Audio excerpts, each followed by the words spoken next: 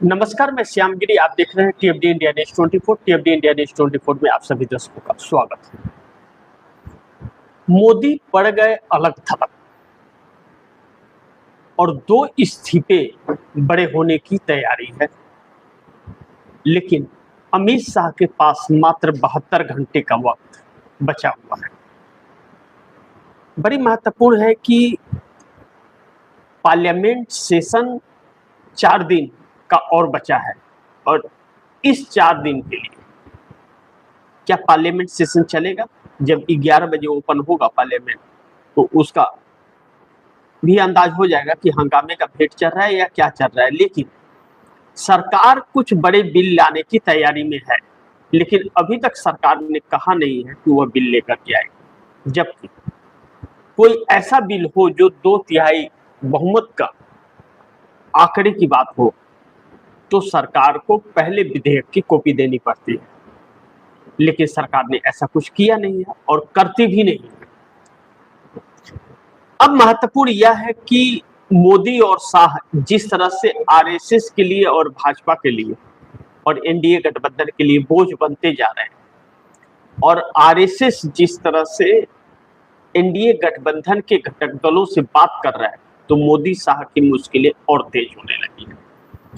अब एक बात बड़ी प्राथमिकता से कही जा रही है कि अमित शाह का इस्तीफा तो पक्का होगा। उपराष्ट्रपति सीपी राधाकृष्ण ने जो संसदीय कार्य मंत्री किरण रिजिजू को यह कहा था कि जा करके होम मिनिस्टर को आप संदेश दे दीजिए कि सदन में आए और लीडर ऑफ अपोजिशन के सवालों का जवाब दे, और उसके बाद भी कोई जवाब न आना, इसका मतलब कि अमित शाह का इस्तीफा होने वाला है। लेकिन आरएसएस की तरफ से जो खबरें निकल रही हैं और चर्चाएं चल रही हैं, आरएसएस अब 15 अगस्त के बाद मोदी और शाह दोनों की छुट्टी करने वाला है, लेकिन साथ ही साथ योगी की भी छुट्टी होने वाली है। और योगी के एक बयान से यह सब कुछ साबित होता है। योगी ने एक बयान में अपने हालिये में कहा कि कल कुर्सी छोड़नी है तो आज ही कुर्सी छोड़ देंगे, यानी कि सब कुछ भारतीय जनता पार्टी में ठीक नहीं चल रहा है। अब अमेरिका का दबाव भारत पर बहुत काफी है और अमेरिका नाराज है। देश बेच दे तभी भी अमेरिका को खुश नहीं कर सकते, लेकिन आरएसएस की दुकान अमेरिका से चलती है। अब मोहन भागवत अमेरिका जाने वाले हैं क्योंकि ट्रंप नाराज, उनको मनाने के लिए और उनकी नाराजगी को दूर करने के लिए कि हम आपके मुताबिक हर काम करेंगे और मोदी से नहीं हो रहा है तो हम मोदी को हटा देंगे, यह बात आरएसएस के जानकार कहने लगे हैं। इसकी सच्चाई सामने आएगी, लेकिन अब बड़ी महत्वपूर्ण है कि जो 3 से 4 दिन जो पार्लियामेंट सेशन बचा हुआ है, क्या अमित शाह आएंगे? अगर अमित शाह आते हैं तो अमित शाह को जवाब देना पड़ेगा कि दिल्ली के अंदर छात्र आंदोलन में बच्चों पर पैलेट गन किसने चलाया, बिहार में AK-47 क्यों चला, लाठीचार्ज क्यों हुआ, महिलाओं के कपड़े क्यों फाड़े गए और टीयर गैस की गोली क्यों छोड़े गए। इसका जवाब अमित शाह के पास नहीं है, और जवाब देते हैं तो और जवाब नहीं देते हैं तो अब माफी मांगेंगे नहीं मांगेंगे, जिसकी संभावना बहुत कम है। विपक्ष संसद चलने नहीं देगा, राहुल गांधी ने साफ कर दिया। अब इस बीच आरएसएस के मोहन भागवत मोदी और शाह का इस्तीफा करवा पाएंगे, इस पे समझना बहुत जरूरी है, क्योंकि अब सरकार से शाह का इस्तीफा आरएसएस लेने की तैयारी में जुट गया है। अगर जुट गया है तो मोदी अलग थलग क्यों पड़े हुए? इसका मतलब मोदी अलग थलग पड़ने का मतलब यह है कि पार्टी का कमान जो मोदी के हाथ में था, कि मोदी जैसा बोले वैसा ही होता था, वह कमान हाथ से निकल चुका है। सरकार का कमान हाथ से निकल चुका है। सरकार को जिस तरह से जिस मंत्री को बोलते थे वह मंत्री वैसे ही चलता था, यानी कि रबर स्टाम्प की जो भाषा बोली जा रही थी अभी तक कि रबर स्टाम्प मंत्री, रबर स्टाम्प अफसर, रबर स्टाम्प चुनाव आयोग, रबर स्टाम्प सीजीआई, तो वह भी अब हाथ से निकल रहा है। कुछ तो रबर स्टाम्प बने हुए हैं, लेकिन कुछ तल्ख तेवर अपना रहे हैं। ऐसे में नितिन गडकरी ने मोदी को और भी फंसा दिया, बॉम्बे हाई कोर्ट में बयान देकर और पल्ला झाड़कर कि E20 पेट्रोल पर वह सरकार का फैसला है, मोदी का फैसला है, पेट्रोलियम मंत्री का फैसला है, हमारे मंत्रालय से कोई संबंध नहीं उसका, और बुरी तरह से जकड़ गए। अब भारतीय जनता पार्टी के कुछ नेता E20 पर लोगों को उपदेश देते नजर आ रहे हैं कि पेट्रोल हमारे पास नहीं होता, अमेरिका से आ रहा है, ये है वो है, एथेनॉल ब्राजील बनाता है।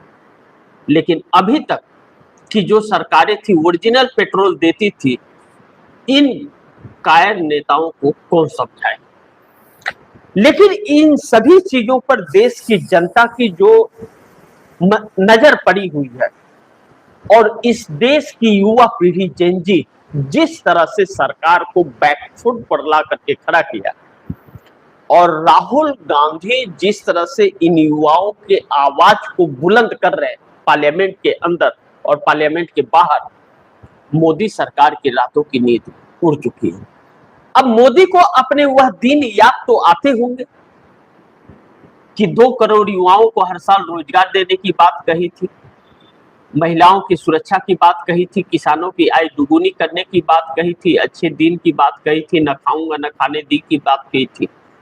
याद यह भी आता होगा कि मणिपुर कैसे 3 सालों से चल रहा था। याद यह भी आ रहा होगा कि किस तरह से राम मंदिर के अंदर चंदा चोरी हुई, और याद यह भी होगा कि शिक्षा संस्थान को कैसे नर्क में ढकेल दिया। 1 लाख तकरीबन सरकारी स्कूलें बंद हो गई और हर साल 9 से 10 हजार सरकारी स्कूलें बंद हो रही हैं।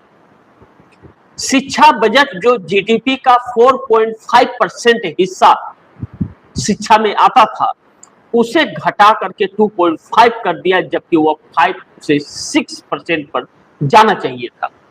लेकिन देश का बजट लिमिट बढ़ता जा रहा है और शिक्षा के क्षेत्र में बजट घटता जा रहा है, तो इस बीच का अंतराल जो है वह पैसे कहां जा रहे हैं। दुर्भाग्य यह है कि मनमोहन सिंह सरकार के वक्त हमारे देश पर कर्ज जो था मात्र 55 लाख करोड़ रुपए का था और मोदी काल में वह कर्ज बढ़कर 244 लाख करोड़ रुपए का हो गया।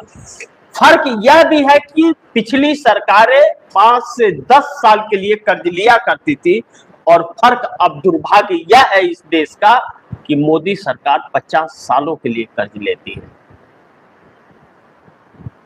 इस देश के युवा पीढ़ी को जिसे अनपढ़ बनाने की कोशिश यह सरकार कर रही है, उस युवा पीढ़ी पर 50 सालों उसके उम्र भर के लिए उसे कर्जदार भी बना रही है।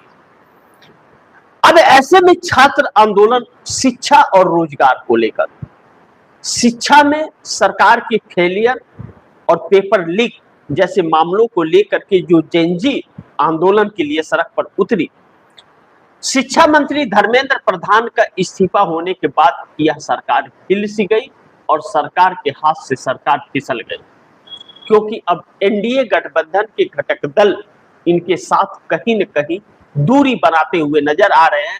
और जिस तरह से प्रयागराज में राहुल गांधी की एंट्री हुई और जो उनका स्वागत हुआ है, उससे मोदी सरकार को दिन में तारे नजर आने लगे। बड़ी महत्वपूर्ण है कि छात्र युवा अपने इंसाफ की लड़ाई, अपने भविष्य की लड़ाई स्वयं लड़ने के लिए मैदान में उतर गए। इस दिन की कल्पना न तो आरएसएस ने, न भारतीय जनता पार्टी ने, न एनडीए की सरकार ने नहीं की थी। लेकिन कहते हैं कि अच्छे वक्त में हर कोई साथ होता है, बुरे वक्त में साथ छोड़ जाता है। आज नरेंद्र मोदी अलग थलग है, हर कोई इनका साथ छोड़ रहा है और हर किसी के ऊपर बोझ बने हुए हैं। उसके कारण भी प्रधानमंत्री मोदी ही है, जो अपने सहयोगी दलों को भी उन्होंने बख्शा नहीं। गांव देहातों में एक कहावत कहते हैं, डायन भी 7 घर छोड़कर डसती है, लेकिन नरेंद्र मोदी तो अपने घर में ही डसती है। नीतीश को भी, नायडू को भी, बाकी उपेंद्र कुशवाहा, जयंत चौधरी, चाहे बाकी और जिसे भी जीतन राम मांझी को ले, जिस तरह से इन्होंने डरा धमका करके, या चिराग पासवान जिस तरह से डरा धमका करके रखा, और नीतीश नायडू को जिस तरह से तोड़ने की कोशिश की, नायडू तो थोड़े टाइट निकले, लेकिन नीतीश कुमार को तो कीड़े मकोड़े की तरफ सीएम की कुर्सी से उठा करके बाहर फेंक दिया। जबकि 85 एमएलए और 12 सांसदों की ताकत थी, 18 सांसदों की ताकत, 16 टीडीपी के और 2 पवन कल्याण के 18 सांसदों की ताकत आंध्रा के होने के बावजूद चंद्रबाबू नायडू को तोड़ने की कोशिश की गई। लेकिन चंद्रबाबू नायडू बार्गेनर निकले, वह अपना कैश भजाते रहे मोदी से, लेकिन अब कैश भजाने की स्थिति में नहीं बचे, क्योंकि इस देश की युवा पीढ़ी सड़क पर आ गई।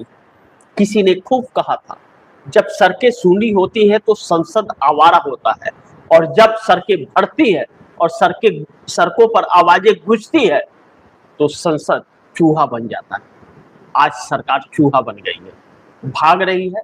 20 जुलाई को जब छात्रों ने संसद घेरने का मन बनाया और पहली बार कोई आंदोलन संसद के गेट तक पहुंच गया और संसद के अंदर ताला मारना पड़ा, यह सबसे बड़ा काला दिन इस देश का रहा, और वह भाजपा की सरकार में हुआ। आज तक किसी सरकार में ऐसा नहीं हुआ। वहां तक कोई आंदोलन पहुंच नहीं पाता था, उसके पहले समझौता कर लिया जाता था। लेकिन नरेंद्र मोदी सरकार अपनी तानाशाहियों में मगरूर, किसान जब आते हैं और दिल्ली के अन्य अन्य बॉर्डरों पर धरना प्रदर्शन करते हैं और उन्हें दिल्ली में आने से रोका जाता है, तो 13 महीने तक किसान आंदोलन वहीं पर खड़ा हो जाता है। 750 किसान अपनी जान गंवा देते हैं, लेकिन सरकार को फर्क नहीं पड़ता। उस वक्त जम्मू कश्मीर के राज्यपाल सतपाल मलिक यह कहते हैं, उन्होंने बयान दिया था कि मोदी से मैंने बात की थी तो मोदी ने कहा कि किसान हमारे लिए थोड़ी मरे। ऐसा प्रधानमंत्री इस देश को कभी नहीं मिला जैसा नरेंद्र मोदी, जो देश के लिए जीने और मरने की कसमें खा रहा था, वह स्वार्थी हो गया और अपने स्वार्थ में डूब गया। वह 13 महीने तक किसानों ने भी आंदोलन करके 48 डिग्री सेल्सियस धूप और करीब बारिश के अंदर सड़कों पर खड़ा होकर के तब 3 कृषि कानून वापस कराया था, फिर भी एमएसपी नहीं मिली, वादा खिलाफी कर गई सरकार।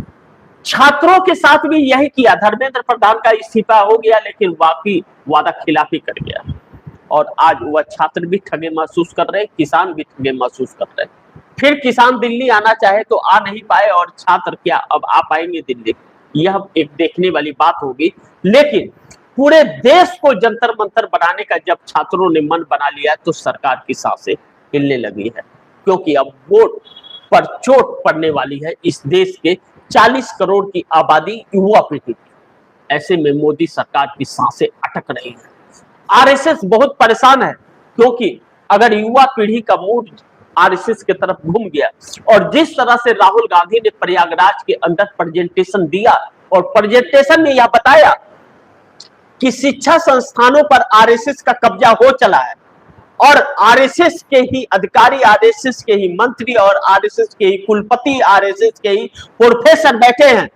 शिक्षा में इंसाफ कभी नहीं मिलेगा, शिक्षा मिलेगा नहीं, शिक्षा को मजाक बना दिया है, और पेपर लीक को यह इन लोगों ने अपने कमाई का जरिया बना दिया है। तो छात्र अब समझने लगे हैं, अडानी को देश बेचा जा रहा है, मोदी शाह लुटा रहे हैं और लूट रहे हैं। पहली बार भारत में किसी पार्टी, राजनीतिक पार्टी के अंदर, पार्टी के खाते में 10,000 करोड़ रुपए की धनराशि है, और विश्व की सबसे बड़ी पैसे वाली पार्टी भारतीय जनता पार्टी मात्र 10 सालों में बढ़ गई। जो कांग्रेस 100 सालों से अधिक की पार्टी है, सबसे ज्यादा 57 ईयर्स इस देश में सत्ता में रही, उसका एक दफ्तर बनने में 100 साल लग गए। लेकिन भारतीय जनता पार्टी 10 सालों में मात्र इस देश के हर राज्यों के हर जिले में 5 सितारा 3 सितारा दफ्तर बनवा ली। कहां से? देश बेचकर, 244 लाख करोड़ रुपए कर्ज लेकर, देश को लुटाकर, सभी संस्थानों को प्राइवेटाइजेशन करके, शिक्षा के बजट कम करके, अपने प्रचार प्रसार में पैसे लगाती रही। विपक्ष को कभी भी खबर नहीं बनने दी, विपक्ष के किसी खबर को लगाया नहीं जाता है। यह मीडिया इतनी बिक गई कि विपक्ष को दिखाती नहीं है, बाद में सवाल करती है कि आप सड़क पर दिखते नहीं है। अब तो लाखों लोग दिख रहे हैं। मीडिया क्यों पीटी जा रही है? क्योंकि उसने देश की बर्बरता को दिखाया नहीं, उसने गुलामी की। कहते हैं पग घुंघरू बांध मीरा नाचेगी, तो मीरा की तरह नाचती रही सरकार के सामने और आज भी नाच रही है। यह दुर्भाग्य है कि मीडिया का स्तर 174 पर चला गया। लोकतंत्र को दीमक की तरह चाटने लगी यह सरकार, इसकी कल्पना कभी किसी ने नहीं की थी। भूखमरी में हमारा देश 107 नंबर पर आ गया और प्रति व्यक्ति आय में बांग्लादेश के नीचे चला गया। यह भारत का विकास है। 2 करोड़ युवाओं को रोजगार देने की बात करके 81 करोड़ लोगों को 5 किलो फ्री अनाज पर इस सरकार ने लाइन में लगा दिया। यह देश विकास कर रहा है। 75 साल के बुढ़े को 5 साल का प्रधानमंत्री का पद और चाहिए, लेकिन 23 साल के बच्चे को रोजगार नहीं मिलेगा। यह इस सरकार की लालसा है और हमारा देश आगे बढ़ेगा। बच्चे सड़क पर ना आए तो क्या करें, और बच्चे मोदी को खिलौना ना बनाए और जोकर ना बनाए तो क्या करें। बाकी आप दर्शकों की क्या राय है, क्या सुझाव है, कमेंट बॉक्स में जरूर दीजिएगा। लेकिन इस सरकार के दिन भर गए हैं। 72 घंटे का टाइम अमित शाह के पास है, जो पार्लियामेंट चलना है। अगर इसमें नहीं आए तो यह लोग चेहरा दिखाने नहीं बच पाएंगे, क्योंकि 20 जुलाई से 10 तारीख तक इन लोगों ने चेहरा दिखाया नहीं है सदन में, और अब भी 3 दिन का कार्यकाल बचा हुआ है। नहीं आए अगर तो फिर इनके लिए बहुत बड़ा संकट उत्पन्न खड़ा हो जाएगा। और आरएसएस एनडीए से बात कर रहा है, एनडीए के घटक दलों से, और मोदी और शाह और योगी के इस्तीफे की पेशकश ही नहीं, इन्हें इस्तीफा देकर के जाना पड़ेगा, हटा देना पड़ेगा। क्योंकि अगर यह मर्जी से चलेगा इस्तीफा देकर के तो ठीक, नहीं तो जबरदस्ती हटा दिए जाएंगे। आरएसएस ने तैयारी शुरू कर दी है, यानी कि 2 बड़े इस्तीफे की तैयारी हो रही है और मोदी शाह की छुट्टी होने वाली है। बिल कोई भी आए, पास हो या ना हो, वह बात की बात है, लेकिन इनकी कुर्सी अब जानी तय मानी जा रही है। बाकी 72 घंटे तक क्या चेहरा दिखाएंगे यह लोग या नहीं दिखाएंगे, यह भी देखना बड़ी महत्वपूर्ण होगा। बाकी आप दर्शकों की क्या राय है, क्या सुझाव है, कमेंट बॉक्स में जरूर दीजिएगा। इस खबर को ज्यादा से ज्यादा शेयर कीजिएगा, अपने दोस्तों को भी कहिएगा आगे शेयर करें। और आपने अगर टीएफडी इंडिया न्यूज़ 24 को सब्सक्राइब नहीं किया, सब्सक्राइब कर लीजिए, अपने दोस्तों को भी कहिएगा सब्सक्राइब करें। मिलते हैं अगली खबर के साथ, तब तक के लिए नमस्कार।